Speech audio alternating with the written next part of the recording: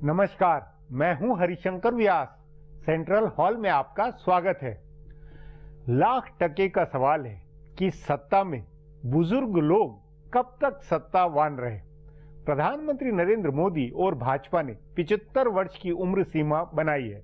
भाजपा में लाल कृष्ण आडवाणी, डॉक्टर मुरली मनोहर जोशी, यशवंत सिन्हा आदि का मार्गदर्शक मंडल इसी की बदौलत है।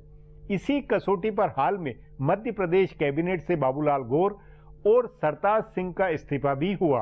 उम्र का मसला भाजपा के अलावा बाकी पार्टियों में भी जटिल है। सीपीएम ने आखिर बुजुर्ग विजयन को केरल में मुख्यमंत्री नहीं बनाया, मतलब लेफ्ट को भी उम्र को लेकर फैसला करना पड़ा। बावजूद इसके प्रकाश सिंह बादल, करुणानिधि, AK एंटनी, मुलायम सिंह यादव जैसे कई चेहरे हैं जो राजकाज और पार्टी को अपने अनुभव में चला रहे हैं। एक हिसाब से भाजपा और कांग्रेस, सीपीएम जैसी राष्ट्रीय पार्टियों के लिए पीढ़ीगत परिवर्तन जरूरी है। छत्रप और क्षेत्रीय पार्टियां क्योंकि पार्टी निर्माता नेता पर निर्भर होती है, इसलिए उसमें यथास्थिति बनी रहती है।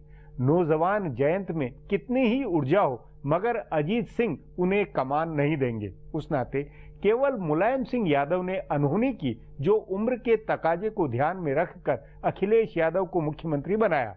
ऐसे ही फारूक अब्दुल्ला ने उमर अब्दुल्ला को बढ़ाया, पर इनका मामला कुल मिलाकर वंशानुगत लीडरशिप से है। उस नाते भाजपा का मसला अलग है।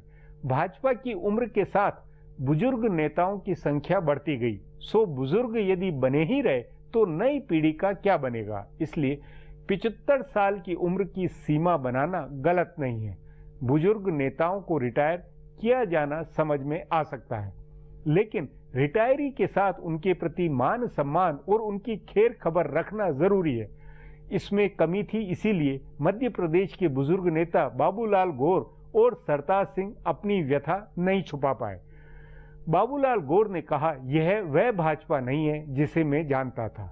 सो सत्ता और पार्टी में उम्र की सीमा का मसला पेचीदा है।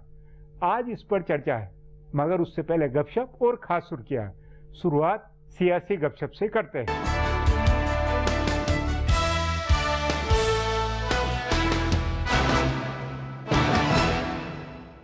उत्तर प्रदेश में कांग्रेस पार्टी इस बार सारे सामाजिक राजनीतिक समीकरण साधते हुए चुनाव लड़ने की तैयारी कर रही है। इसलिए सबसे पहले उसने गुलाम नबी आजाद को प्रदेश का प्रभारी बनाया। मुस्लिम मतदाताओं में उनके प्रति पूरा सद्भाव है। फिर राज बब्बर को प्रदेश अध्यक्ष बनाया गया। राज बब्बर उत्तर प्रदेश के मशहूर शायर कैफी आजमी के दामाद हैं। इस नाते और जनता परिवार की लंबी राजनीति के कारण उनकी भी मुसलमानों में अच्छी पकड़ है। मुस्लिम और युवाओं के बाद अब कांग्रेस की नजर ब्राह्मण वोटों पर है। कांग्रेस के जानकार सूत्रों के मुताबिक दिल्ली की पूर्व मुख्यमंत्री शीला दीक्षित को दावेदार के तौर पर पेश किया जा सकता है। कांग्रेस अध्यक्ष सोनिया गांधी की बेटी प्रियंका गांधी वाड्रा भी उत्तर प्रदेश के चुनाव में प्रचार करेंगी। वे अमेठी और रायबरेली से बाहर दूसरे इलाकों में भी प्रचार करेंगी और कहा जा रहा है कि चुनाव की घोषणा से पहले ही उनकी रैलियां शुरू हो जाएंगी। पिछले हफ्ते नरेंद्र मोदी सरकार में हुई भारी फेरबदल के बाद मंगलवार को एक छोटी फेरबदल हुई। इस फेरबदल पर ईद के त्योहार, एक मंत्री के जन्मदिन और उत्तर प्रदेश के चुनाव की छाया दिख रही है। सरकार में फेरबदल के एक हफ्ते बाद नजमा हेपतुल्ला ने इस्तीफा दिया। असल में 5 जुलाई से पहले वे छुट्टी मनाने गई थी और इसी बीच 7 को ईद का त्योहार भी था, इसलिए उन्हें इस बात की छूट दी गई कि वे एक हफ्ते बाद इस्तीफा दे। लेकिन उसी समय तय हो गया था कि मुख्तार अब्बास नकवी स्वतंत्र प्रभार के राज्य मंत्री के रूप में उनका कामकाज संभालेंगे। इसी तरह से 75 साल से ऊपर वाले दूसरे मंत्री GM सिद्धेश्वरा का जन्मदिन उसी हफ्ते में था, इसलिए उन्होंने खुद पार्टी प्रमुख अमित शाह से अनुरोध किया कि उन्हें थोड़ी मोहलत दी जाए। सो उन्हें भी एक हफ्ते बाद इस्तीफा देने की छूट दी गई। 75 साल से ज्यादा उम्र के तीसरे मंत्री कलराज मिश्र हैं, लेकिन उनका इस्तीफा नहीं हुआ है। बताया जा रहा है कि उनको 6 महीने की छूट मिली है।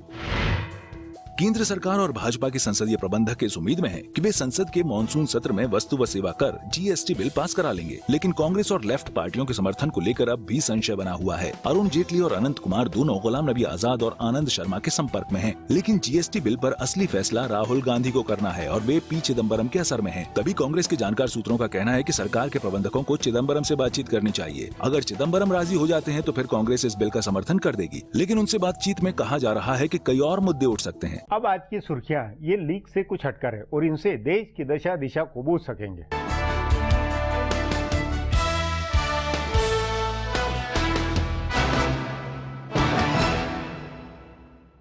सुप्रीम कोर्ट ने एक ऐतिहासिक फैसले में अरुणाचल प्रदेश में कांग्रेस पार्टी की सरकार बहाल करने का आदेश दिया है। 5 जजों की संविधान बेंच ने एक राय से दिए गए फैसले में राज्यपाल जेपी राजखोवा के दिए आदेश को रद्द कर दिया और राज्य में कांग्रेस के मुख्यमंत्री नबम टुकी के नेतृत्व में सरकार बहाल करने का आदेश दिया। अरुणाचल प्रदेश को लेकर दिए गए सुप्रीम कोर्ट के ऐतिहासिक फैसले पर कांग्रेस उपाध्यक्ष राहुल गांधी ने प्रधानमंत्री नरेंद्र मोदी को निशाना बनाया। उन्होंने सुप्रीम कोर्ट को इस फैसले के लिए धन्यवाद देते हुए कहा कि अदालत ने मोदी को बताया है कि लोकतंत्र क्या होता है। राहुल ने एक ट्वीट पर लिखा, प्रधानमंत्री को लोकतंत्र क्या होता है ये बताने के लिए शुक्रिया सुप्रीम कोर्ट। जम्मू कश्मीर में पिछले शनिवार से भड़की हिंसा और प्रदर्शन आज भी जारी रही। हालांकि आज पहले 3 दिन के मुकाबले हिंसा की घटनाएं कम हुई। इस बीच अस्पताल में भर्ती एक घायल युवक के दम तोड़ने से मरने वालों की संख्या बढ़कर 34 हो गई है। पंपोर और कुपवाड़ा सहित घाटी के कई इलाकों में आज भी कर्फ्यू जारी रहा और राज्य के कई इलाकों में लोगों की आवाजाही पर पाबंदी रही। पुलिस ने बताया है कि सबसे ज्यादा 16 लोग अनंतनाग में मरे हैं। कांग्रेस पार्टी के लिए उत्तर प्रदेश और पंजाब में चुनावी रणनीतिकार की भूमिका निभा रहे प्रशांत किशोर बिहार विकास मिशन के प्रमुख भी बने रहेंगे। मुख्यमंत्री नीतीश कुमार ने इस बारे में सारे भ्रम और अटकलों को दूर करते हुए कहा है कि उन्होंने प्रशांत किशोर को इसकी मंजूरी दी है। नीतीश कुमार ने कहा कि साझा समिति से प्रशांत किशोर इस समय पंजाब और उत्तर प्रदेश में काम कर रही हैं। उन्होंने कहा कि वे अगले 8 महीने तक दोहरी जिम्मेदारी निभाते रहेंगे। फिलहाल अब एक ब्रेक है, फिर खुलासा होगा।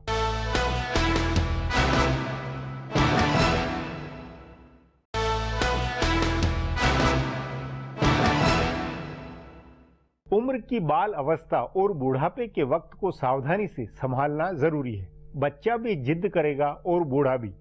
जीवन गर्भ परिवार का सामान्य कायदा है कि बच्चे और बूढ़े को सावधानी से संभाला जाए। उस नाते भाजपा ने मार्गदर्शक मंडल बनाकर या मंत्रियों को रिटायर करने का जो सिलसिला बनाया है वह बूढ़े नेताओं को संतुष्ट नहीं कर रहा है। इस पर आगे चर्चा करें, उससे पहले देखें मेरा ये खुलासा।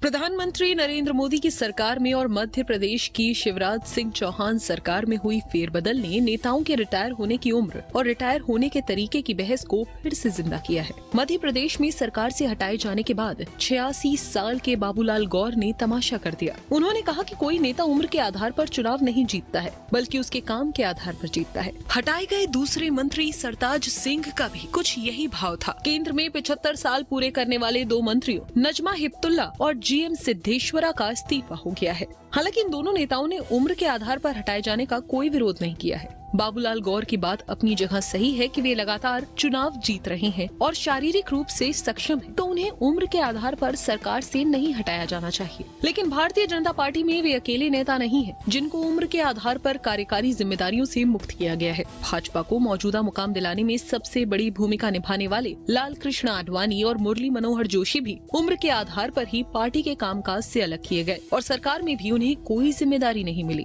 आडवाणी और जोशी के साथ जो परंपरा शुरू हुई थी, गौर को उसे स्वाभाविक रूप से स्वीकार करना चाहिए था। वैसे भी हर पार्टी को युवा नेतृत्व आगे लाना है। जिसकी मजबूरी नहीं है वह युवा नेतृत्व आगे कर चुका है। मुलायम सिंह और फारूक अब्दुल्ला ने अपने बेटों को कमान सौंप दी। मजबूरी में ही सही लालू प्रसाद ने भी कमान अगली पीढ़ी को हस्तांतरित कर दी है। करुणानिधि और प्रकाश सिंह बादल के बेटे भी राजनीति की कमान लगभग संभाल चुके हैं। कहा जा रहा है कि ममता बनर्जी और नवीन पटनायक दोनों ने अपने अपने भतीजों को अपनी जगह लेने के लिए तैयार कर लिया है। कांग्रेस में राहुल गांधी को किसी भी समय पार्टी का राष्ट्रीय अध्यक्ष बनाया जा सकता है। उपाध्यक्ष बनकर वे पार्टी का कामकाज संभाल रहे हैं और सोनिया गांधी ने अपनी भूमिका सीमित कर ली है। सरकारी और निजी क्षेत्र की नौकरियों से लेकर न्यायपालिका तक में रिटायरमेंट की उम्र तय है। शिक्षक हो या सरकारी बाबू, डॉक्टर हो या जज, सबके रिटायर होने की उम्र तय है। ऐसा तो नहीं है कि सरकारी स्कूल या कॉलेज का शिक्षक 60 या 65 साल की उम्र में पढ़ाने लायक नहीं रह जाता है, फिर भी उसे रिटायर होना होता है। अगर रिटायरमेंट की उम्र खत्म हो जाए तो फिर युवाओं को किसी भी क्षेत्र में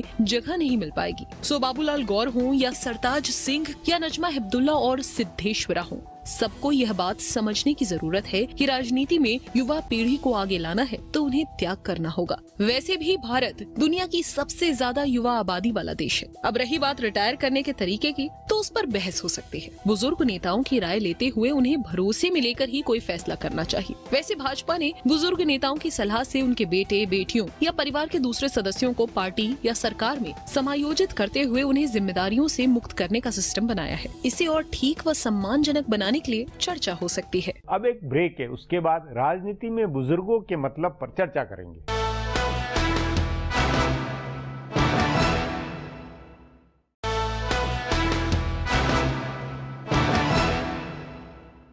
करुणानिधि, प्रकाश सिंह बादल या मुलायम सिंह यादव और लाल कृष्ण आडवाणी आदि तमाम बुजुर्ग नेताओं ने अपनी पार्टी, अपनी राजनीति को अपने हाथों संवारा। सो इनके लिए सत्ता छोड़ना या सत्ता से दूर होना मनोदशा को बेचैन बनाने वाला है। इन बुजुर्ग नेताओं को नया नेतृत्व कैसे संभाले, इनकी कैसे देखभाल हो, यह आसान काम नहीं है। इस पर चर्चा के लिए आज मेरे साथ वरिष्ठ पत्रकार प्रभु चावला है।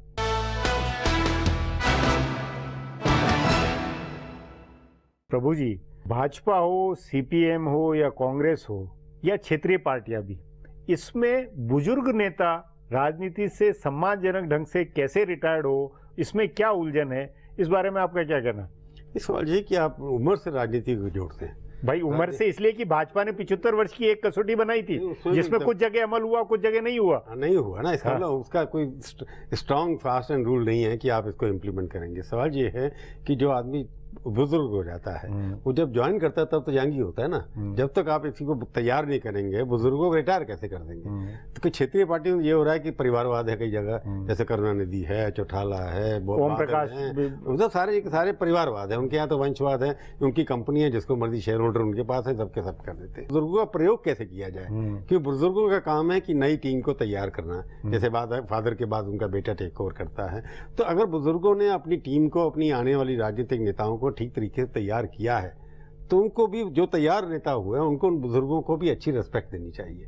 अब जो आज बीजेपी के जितने भी नए नेता हैं उनको खड़े करने वाले कौन है? आडवाणी जी हैं या अटल जी हैं या मुरली मनोहर जोशी हैं। इस तरह के लोगों ने नई पीढ़ी को खड़ा किया। आज मोदी प्रधानमंत्री के पद पर पहुंचे हैं। मेरे को याद है जब उनको मुख्यमंत्री बनाया जा रहा था तो वहां पर 123 एमएलए में उनके पक्ष में 12-13 भी नहीं थे, परंतु आडवाणी जी को लगा यही एक भविष्य है हमारी भारतीय जनता पार्टी का गुजरात के अंदर, तो उन्होंने उनको वहां इम्पोज किया और उन्होंने दिखा कर दे दिया। मतलब एक प्रयोग के साथ में उनको फिर संभालने का, बूढ़े बुजुर्ग लोगों को संभालने का वो मैकेनिज्म पार्टी में क्या राजनीति में संभव है? जो एक बार सत्ता से बाहर हो जाए तो उनको फिर कौन पूछता है? वो गलत है। होना चाहिए कि जिन लोगों ने खड़ी किया पार्टी, चाहे किसी पार्टी में हो, सीपीएम का अच्युतानंदन को आप निकाल के बाहर खड़ा कर दें, उनको ऑफर कर रहे थे वो बनने के लिए, तैयार नहीं थे। उनको वैसे ही 90 साल से ऊपर हो चुके थे, रिटायर हो जाना चाहिए था। खुद ही ऑफर करना चाहिए था कि मैं दूसरे लोगों को गाइड करूंगा।